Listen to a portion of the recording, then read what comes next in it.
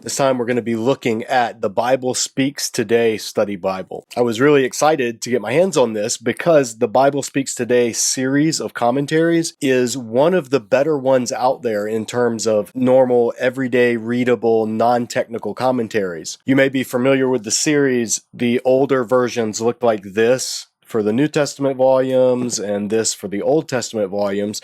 And then they've gotten a makeover recently and they kind of have this cool, more artsy, modernish look. But anyway, these are the commentaries by Christopher Wright on Ezekiel, Lamentations, and Jeremiah. And then this one is the one on 1st and 2nd Thessalonians by John Stott. And John Stott was one of the people who spearheaded this series of commentaries. They're all excellent, even when I don't agree with a particular point that the interpreter may hold on a particular passage. The commentary itself is usually very insightful, and they're really good at letting, like they say, the Bible speak today. So rather than being a dry, technical commentary that focuses just on what the text says, the Bible Speaks Today series do a good job of also looking at what does it mean? What does it say to us in light of what it said to them? So I was excited, looking forward to getting my hands on this copy. It is published by InterVarsity Press, who also publishes the series. This copy, at least, is hardback. I believe it's available in other bindings, but I'm not 100% sure. It's 1,762 pages, and there are 5 maps in the back. This is a double-columned Bible, and it's a black letter edition. So there's actually no color anywhere in this Bible. Even the maps in the back, which in most study Bibles are in color, nope. Black and white. So this is a no frills, no pretty colors, no decor. Although it does come with 2 ribbons, and those are bright, colorful orange and lavender. Now, the notes in the Bible Speaks Today Study Bible, they're here along the bottom in 3 columns, and all of these notes are culled from, again, the Bible Speaks Today commentary series. So what they did was the editors took the books, they looked at each volume in the series, and they said, okay, what are the notes that we want to pull out and put alongside the text on the page so that readers using this as their daily reading or their devotional or even their small group study or teaching Bible can have access to those. So it's a really stripped down. It's actually pretty thin. This is not a thick study Bible. They were very selective in which notes they used from the series. After the table of contents, there's a list of all of the Bible Speaks Today contributors, so you can see who contributed the notes for which books. And then there's a brief explanation of what you're going to find on the actual pages. Then there's a preface by Martin Manser, who's the editor, as well as a foreword by Krish Kandiah of Oxford. After that, you have the intro to the NIV, you have a table of abbreviations, and then that's it.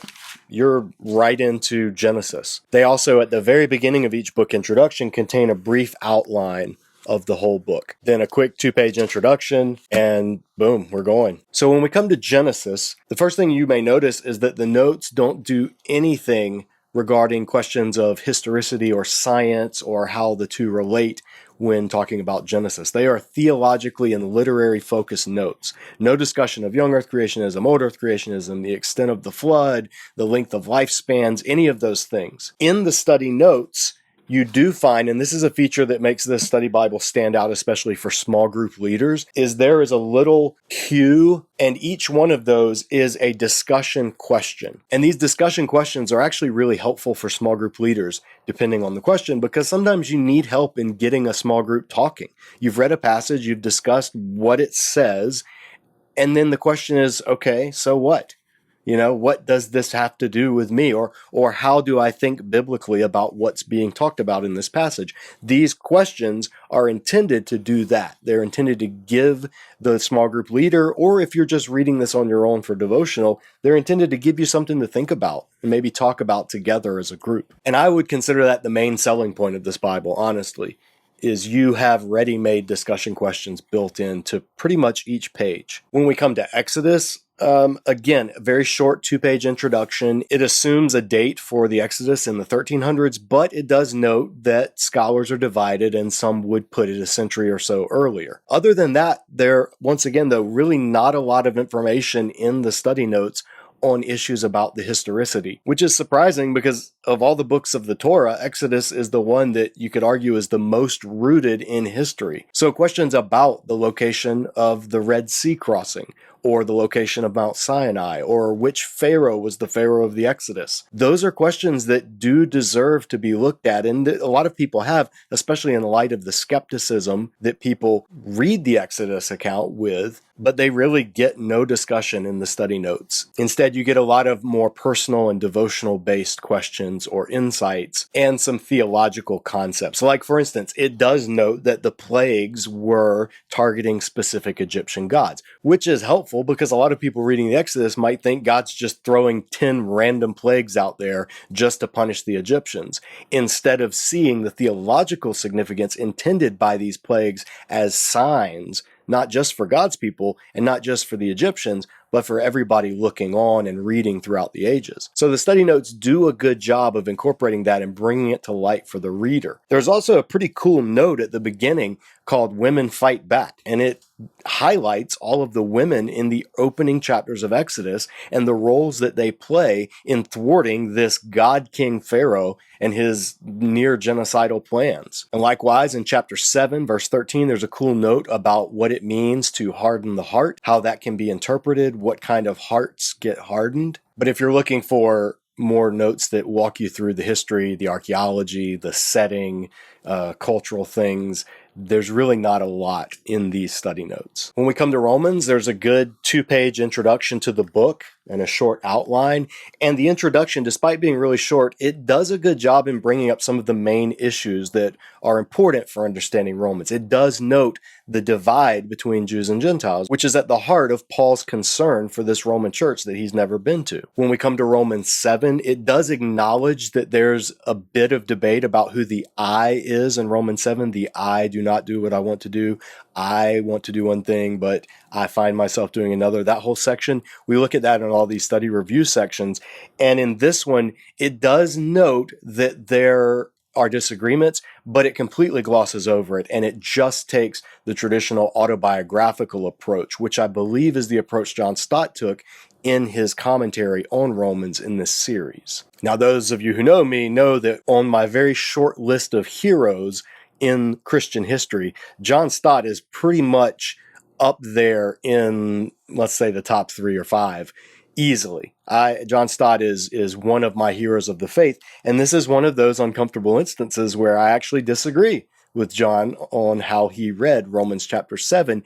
But more than not agreeing with him, I'm disappointed that they didn't include any of the discussion, that it just takes a very simplistic approach to Romans 7 and says, well, the simplest reading is this, and glosses over what is a foundationally important chapter in understanding massive concepts of Christian doctrine like sanctification, salvation, sin, the fall, conscience, will, freedom, all of these things that kind of all tie into this section of Romans.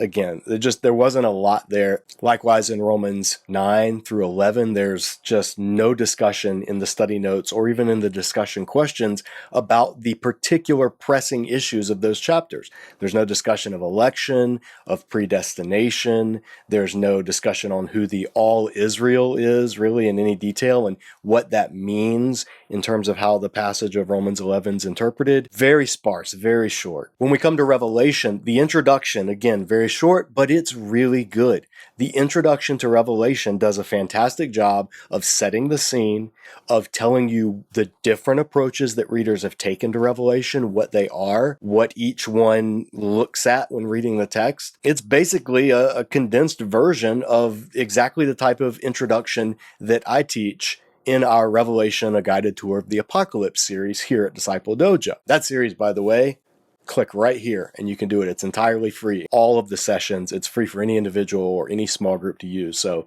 click that link, check it out after you finish watching and liking and sharing this review. The notes do clarify up front that the interpretive view that this Bible takes in Revelation is amillennial.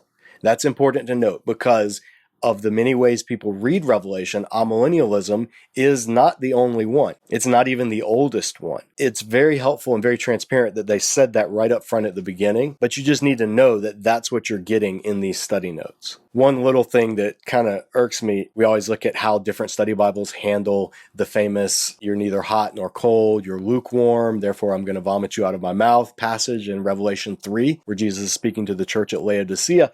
In this study Bible, they do note that the hot and cold images come from Laodicea's surrounding area, the hot springs of Hierapolis, the cold water from Colossae, but they still take the approach that cold is bad and hot is good. So in other words, it notes the background of the imagery, but doesn't apply that background to the actual text itself. Very frustrating to see in otherwise good study notes. And then that's it.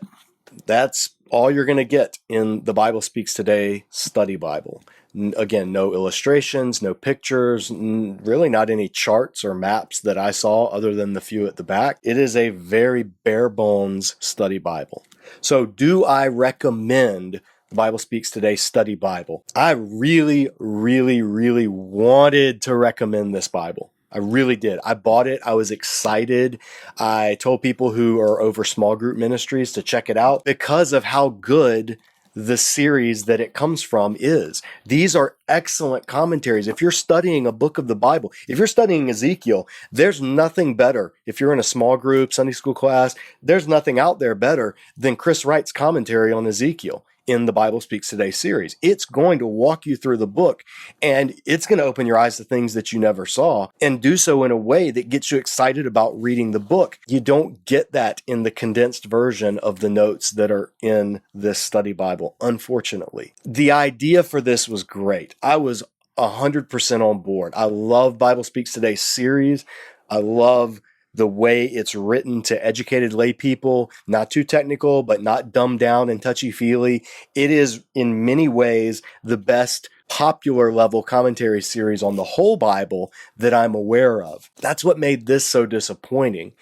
It just stripped it down too bare, and other than the discussion questions, which at times are good discussion questions, there's just not a lot to justify this, certainly not as your primary study Bible. If you're a church leader, I could see getting one of these for all of your small group leaders in the church as something to help them when they're preparing to lead their small groups if they're reading or studying a book of the Bible. I could see this being in church classrooms and Sunday school classes so that a leader or someone in the group could pull it out and have the discussion questions in the notes able to be used in a small group setting. Other than that, though, honestly, it hurts me to say it, but no, I don't, not in this form. I don't recommend it. Whatever Bible translation you use and whatever study Bible you use, what I honestly recommend is save up the money and buy the series of the Bible Speaks Today.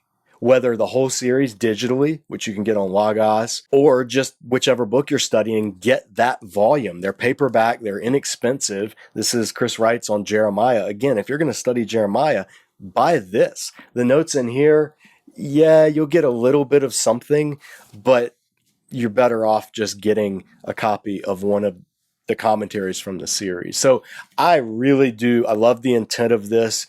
I love the source material that it's drawn from. They just didn't execute well enough for me to think, yeah, in good conscience, I can honestly recommend this as a great study Bible. It's not. It's really not. It's a good idea, and it's okay. It's just okay. And that's disappointing, especially given what all they had to pull from. So those are my thoughts. Bible Speaks Today study Bible. What do you think? Have you used it? Do you like it? Do you find it helpful? Have I angered you if you are one of the contributors or someone who worked on this? I hope not. It's not my intent. These reviews, again, I'm giving you my honest view. People ask me as a Bible teacher, hey, I'm looking for a good study Bible. What do you think about this one? What do you think about that one? You're just getting my unfiltered reviews here. So if you disagree, please tell me why. If you agree, great, I guess. I don't know where to go with that. That's all for this edition of Disciple Dojo Study Bible Review. We'll see you next time. Go ahead and click subscribe. We're so close to 1,000 subscribers, which is really cool. And then we have another milestone that we're going to aim for after that, but we got to get to 1,000 first. So if you're watching this, click the like, click subscribe, share it with friends, any Bible nerds out there that you know. We would be much obliged. We'll see you next time, guys.